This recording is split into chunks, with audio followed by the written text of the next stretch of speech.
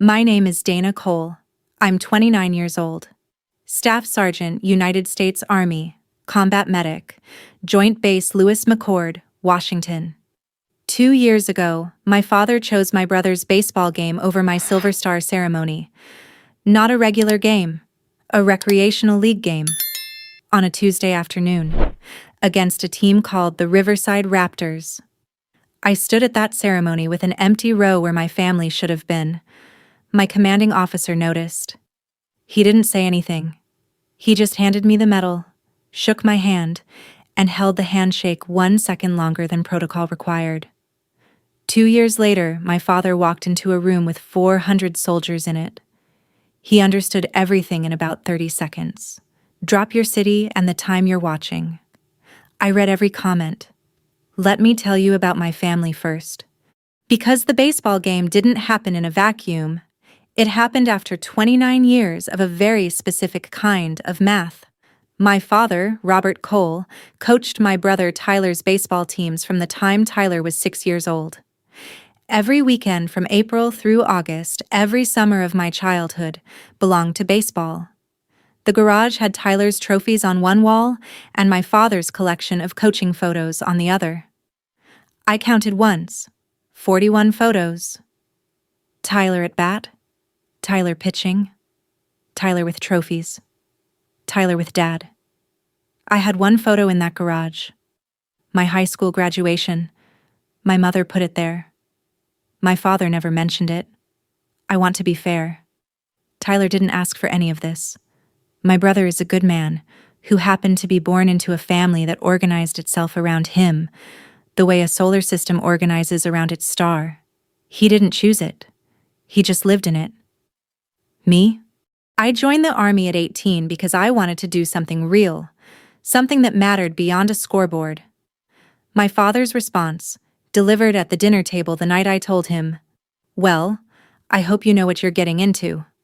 Not proud, not scared, just neutral. Like I'd announced a career in accounting. But here's what my father never understood about that decision. I wasn't running away from baseball diamonds and garage trophies. I was running towards something. I just didn't know yet what it would cost me to get there. Combat medic training is not what people imagine. It is not handing out bandages and taking temperatures. It is learning, in precise and unflinching detail, how to keep a human being alive when everything inside them is trying to stop. Tourniquets at 2 a.m, needle decompressions, wound packing with your hands while someone screams. You learn to become very calm in situations that would paralyze most people, because calm is the only thing standing between someone's family getting a phone call and not getting one. I deployed twice. I cannot tell you everything about what I saw, but I can tell you this. I brought people home. Not all of them. Not enough of them. But some. And the ones I brought home have families who don't know my name and never will. And that is exactly how it is supposed to work. My father knew I deployed. He sent one text each time. Stay safe. 2 words. The same 2 words, both times. Copy and paste from one deployment to the next.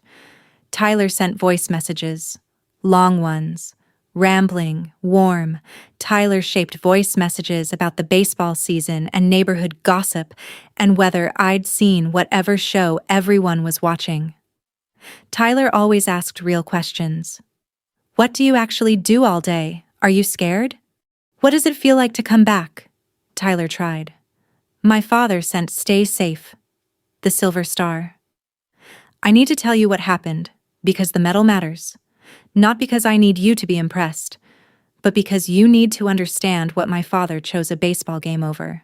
14 months into my second deployment, our convoy was hit. I cannot give you the specific details and I won't try. What I can tell you is that in the 47 minutes that followed, I worked on 4 soldiers under active fire. I made decisions that my training prepared me for and that nothing else could have. 3 of those 4 soldiers came home. The 4th one, his name was Corporal James Whitfield, 22 years old from Decatur, Georgia, did not. I held his hand at the end. I told him his mother's name, which I had learned because I always learn the names of the people I work on. I don't know if he heard me. I hope he did.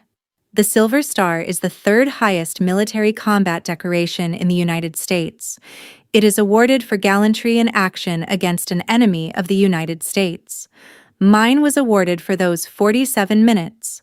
The ceremony was on a Thursday afternoon in May. I sent my family the information 6 weeks in advance. My mother came. She drove 4 hours from Portland, arrived early, sat in the front row, and cried through the whole thing. She told me afterward she'd been practicing not crying for weeks and had failed completely. My father texted at 2 p.m., 1 hour after the ceremony ended. Sorry we missed it. Tyler's game went to extra innings. You understand. You understand. I read that text standing in my dress uniform in the parking lot outside the ceremony hall. I read it twice. Then I put my phone in my pocket and drove back to base. I did not respond for 3 days. When I finally did, I sent 4 words. Congratulations on the game. He sent back a thumbs up emoji. Here's what I did with that thumbs up. Because this is the part that matters. I didn't call home angry. I didn't post about it. I went back to work, and I kept being exactly as good at my job as I had always been.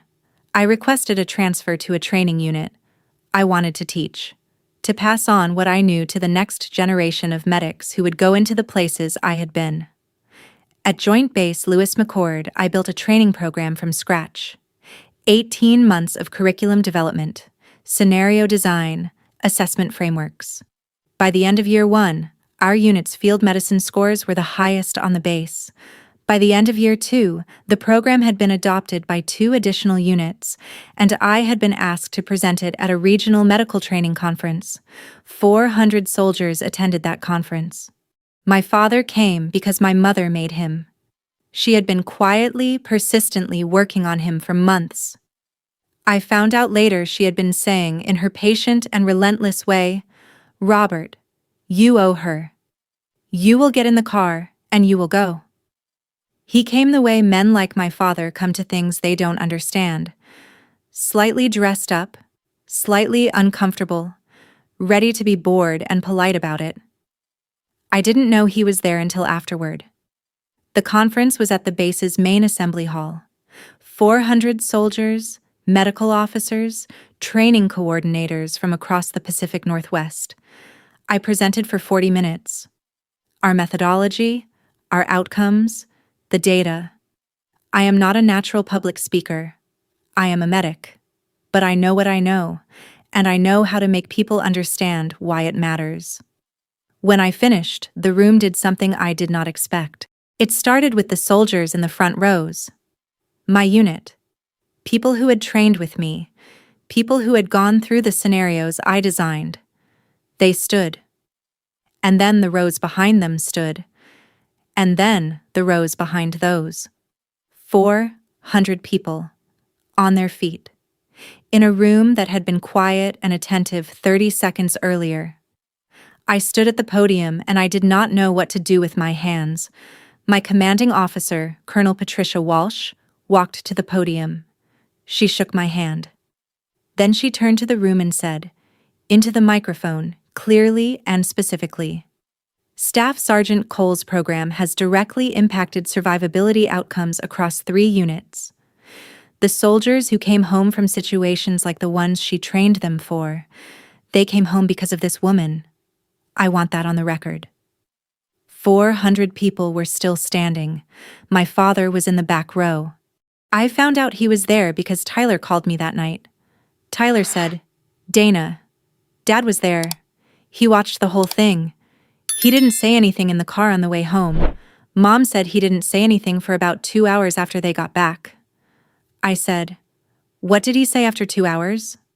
Tyler was quiet for a second. Then, he said, "I didn't know." Just that.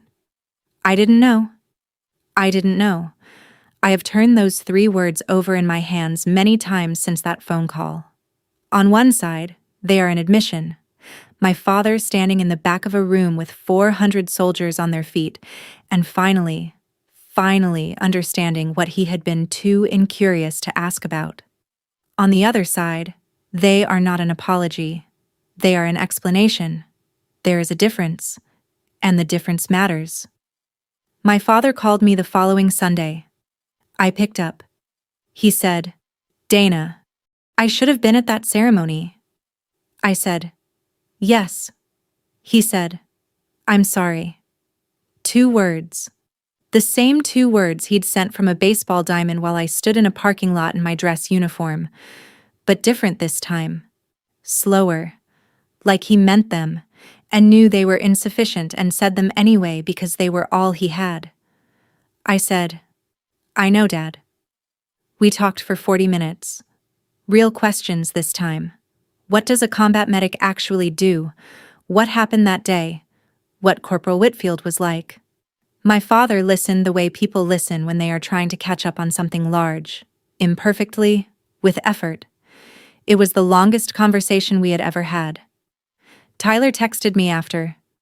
He put your Silver Star photo on the garage wall, next to the coaching pictures. I didn't respond for a while. Then I wrote back, "How does it look?" Tyler sent a photo. My Silver Star citation framed, hanging on the garage wall between a 2009 Little League Championship banner and a photo of Tyler at 16, mid-swing. I stared at that photo for a long time. It's not the wall I would have chosen. It's not the moment I would have chosen. But it is something. A man who organized his entire life around a scoreboard, making room on that wall for something that cannot be scored. I'll take it. Here's what I know now.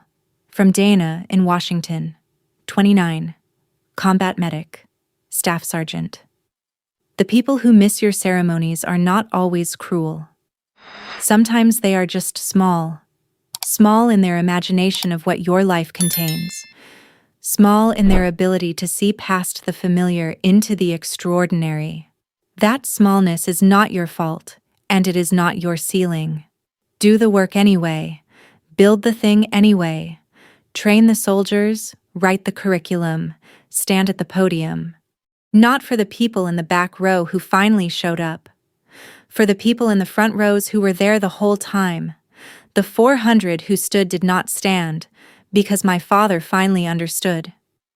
They stood because the work was real. And the work was real long before he walked into that room. Tell me, what would you have done with that thumbs up? Tell me below, and drop your city and time. I'm at Lewis McCord. The work continues. Until next time.